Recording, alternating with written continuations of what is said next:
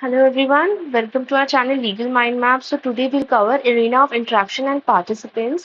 इसमें हम industry workman and employers को भी समझेंगे. हम इसमें कवर करेंगे पूरा topic and then difference with sections according to labour law. So let's start our video.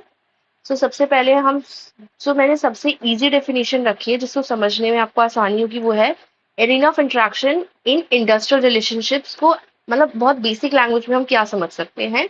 This is the place where workers, their bosses and the company talk, work together and solve problem. जहाँ पे workers और उनके जो boss होते हैं company के लिए कुछ एक्शंस जो भी उनको एक्टिविटीज करनी होती है यानी कि जो अपना काम होता है वो करते हैं, अलग अलग एक्टिविटीज कंडक्ट करते हैं. They talk to each other. कुछ भी कम्युनिकेट करना होता है कि do this work not in this way, you should do in this way. वो सब कम्युनिकेशन हो गया. प्रॉब्लम सॉल्व करना कि अच्छा कोई क्राइसिस है या कुछ भी इश्यूज है कि अच्छा इस प्रोडक्ट को इस तरह सेल करना है. तो वो सारी चीजें होती है. उसके लिए बोला गया, उस जगह को बोला गया arena of interaction in industrial relationship. Interaction means to talk, right, एक दूसरे से बात करना. अब आते हैं हम इसकी डेफिनेशन पे proper. In the realm of industrial relations, the arena of interactions refer to the dynamic space where industry, workmen यानी कि employees and employers engage in various activities जिसमें negotiation आ जाता है, disputes आ जाते हैं, shaping the landscape of labor relations आ जाता है with an organization or industry. Okay. So now examples मैं बहुत बेसिक एग्जाम्पल्स अभी डिस्कस कर रही हूँ आपसे. जैसे इंडस्ट्री को हम समझेंगे, अभी मैं इन सबको और अच्छे से डिस्कस करूंगी. अब इस डेफिनेशन में कई चीजों का हमने नाम लिया तो हम उनमें समझेंगे. सबसे पहले इंडस्ट्री. इंडस्ट्री क्या हुआ एग्जाम्पल में, जैसे कि एक बिग कार मेकिंग फैक्ट्री हो गई. ठीक है. अब डेफिनेशन में वर्कमैन कवर किया था.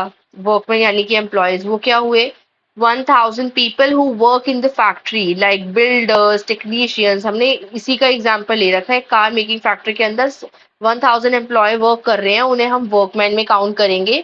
जैसे कि बिल्डर हो गए, टेक्नीशियंस हो गए एंड ऑफिस स्टाफ हो गया. They have a union that speak for them. फिर employers, the factory managers and company leaders who make decisions about pay, work rule and safety. So ये मैंने एग्जाम्पल से आपको समझाया जो डेफिनेशन के अंदर कवर किए वर्ड्स. और इनको हम इंडस्ट्री वर्कवेयर इन सबको और भी ज्यादा बेटर तरीके से अब समझेंगे. तो ये जो डेफिनेशन है ऊपर, ये वही डेफिनेशन है जो मैंने अभी लास्ट स्लाइड में पढ़ी है. नाउ पार्टिसिपेंट्स में आ जाती है सारी चीजें. अभी मैंने आपको इंडस्ट्री का एग्जाम्पल दिया, आप समझ भी लेते हैं अच्छे से. रिप्रेजेंट द बॉर्डर बिजनेस और इकोनॉमिक एंटिटी वेयर गुड्स और सर्विसेज आर प्रोड्यूस्ड. यानी जैसे हमने अभी पिछले एग्जाम्पल में क्या था, जैसे कार की जो फैक्ट्री थी जहाँ कार मैन्युफैक्चर हो रही थी, तो उसे हमने इंडस्ट्री में काउंट किया था. तो जहाँ पे गुड्स और सर्विसेज प्रोड्यूस हो रहे हैं. In the context of industrial relationships, sorry, relations, the industry is the backdrop for the employment relationships and interaction between employers and workmen. समझ आ गया होगा आपको. यहाँ पे सब एक्टिविटीज हो रही हैं इंडस्ट्रीज में. Now comes workman. ठीक है. पार्टिसिपेंट्स में नेक्स्ट है workman. Refers to an individual employed to perform work in an industry. एक इंडिविजुअल जिसको रखा गया इंडस्ट्री में, जिसे हायर किया गया है वर्क करने के लिए. ठीक है. So workman collectively form a workforce. जब सारे वर्कमैन मिलके क्या बनाते हैं, workforce. And often join together in trade union, और ट्रेड यूनियन का हिस्सा बन जाते हैं. तो जब भी कोई कॉमन इशू होगा जो सबको होगा तो उसमें ट्रेड यूनियन उन्हें रिप्रेजेंट करती है ताकि वो जाके बॉस से नेगोशिएट कर सके. ठीक है, एम्प्लॉयर्स के साथ. नाउ एम्प्लॉयर, द एंटिटी और person who engage workman for the production. अब वर्कमैन के ऊपर कौन है, एम्प्लॉयर, जो उनको हेल्प करते हैं, गाइड करते हैं, ऑर्डर देते हैं कि आपको क्या क्या करना है, उन्हें बताया जाता है, उन्हें उनसे काम करवाया जाता है. और वो काम कर रहे हैं नहीं कर रहे, सारी चीजों को फॉलो कर रहे हैं नहीं कर रहे, इस बात का ध्यान रखा जाता है. ठीक है. सो द एंटिटी और the person engage workman for the production of goods and services. Employers have the authority to manage and make decisions related to the employment relationship.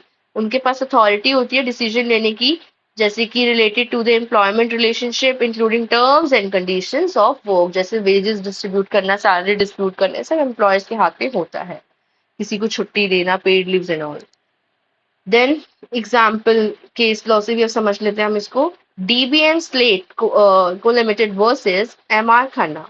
In this case, the court deliberate on a dispute between a slate company and its workmen regarding wages. तो इसमें क्या था, dispute था slate company और workman के बीच wages के regarding. So जो interaction था ना within the arena involved in the industry, यानी कि interaction कहाँ होना था, slate company में, because they are working together there only. और वर्कमैन कौन हुआ इसके अंदर, represented by A union. Workman जो वर्कमैन को रिप्रेजेंट किया जा रहा था यूनियन के थ्रू. एंड द एम्प्लॉयर जो मैनेजमेंट थी. So the court decision impacted the broader industry relations context. तो इसमें मैंने आपको बस इस तीनों चीजों को पार्टिसिपेंट्स को समझाने के लिए केस लॉ लिया था. तो कोर्ट का जो भी डिसीजन था उसने इन तीनों चीजों को इफेक्ट किया था. ब्रॉडर इंडस्ट्रियल रिलेशन कॉन्टेक्स्ट में कोर्ट ने डिसीजन दिया था कि किस तरीके से प्रॉब्लम को सॉल्व किया जाए. Next, difference with sections according to labour law. तो डिफरेंस भी समझ लेते हैं सेक्शंस के अकॉर्डिंग कि इनके बीच क्या डिफरेंस है. इंडस्ट्री का जो सेक्शन कवर हो रहा है, section 2J of industrial dispute act 1947 cover हो रहा है, जिसमें इंडस्ट्री को डिफाइन किया गया ब्रॉडली, जिसमें इंक्लूड होता है any systematic activity organized by corporation between employers and workman for the production of goods and services. तो ये इंडस्ट्री की डेफिनेशन गिवन है अकॉर्डिंग टू द एक्ट कि ऐसी कोई भी मतलब ऐसी उसमें क्या इंक्लूड हो रहा है, कोई भी सिस्टमैटिक एक्टिविटी जो ऑर्गेनाइज की गई है कॉर्पोरेशन के थ्रू, कॉर्पोरेशन के द्वारा.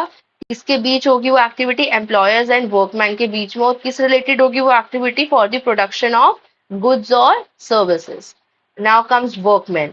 Section 2S of the Industrial Dispute Act 1947 में workman की definition given है. तो workman as any person employed, कोई भी पर्सन जो एम्प्लॉयड है जिसमें जिससे इंक्लूड करता है स्किल्ड, अनस्किल्ड, मैनुअल, सुपरवाइजरी या टेक्निकल, किसी भी तरीके से उसे किसी भी टाइप में उसे एम्प्लॉय किया गया है in any industry to do any manual, unskilled, skilled, technical या ऑपरेशनल या क्लरिकल और सुपरवाइजरी वर्क, इनमें से किसी भी टाइप के वर्क के लिए उस पर्सन को एम्प्लॉय किया गया है, तो उसे हम सेक्शन 2S में इंडस्ट्रियल डिस्प्यूट एक्ट में काउंट करेंगे वर्कमैन के अंदर. Now comes employer. Section 2G of the Industrial Dispute Act 1947 define करता है employer को as the person who has ultimate control. Employer कौन है, एक person जिसके पास ultimate control है over the affairs of the industry and where the affairs are entrusted to manager, यानी manage करना, बेसिकली जो इंडस्ट्री के अफेयर्स को मैनेज करता है, जो डिसीजन मेकिंग की पावर रखता है और जो वर्कमैन से ऊपर होता है उनको सुपरवाइज करता है. That's it in this video. I hope आपको वीडियो समझ आई होगी. मैंने केस लॉ को भी डाला बट मैंने एग्जाम्पल, मुझे आपको जो समझाना था मैंने उस अकॉर्डिंग केस लॉ को डाला. मैंने पूरी तरीके से उस केस लॉ को नहीं डाला to avoid the confusion and examples cover करें. आई होप आपको फिर भी कोई डाउट होता है कमेंट सेक्शन में आप हमें बता सकते हैं. Don't forget to like, share and subscribe. Thank you.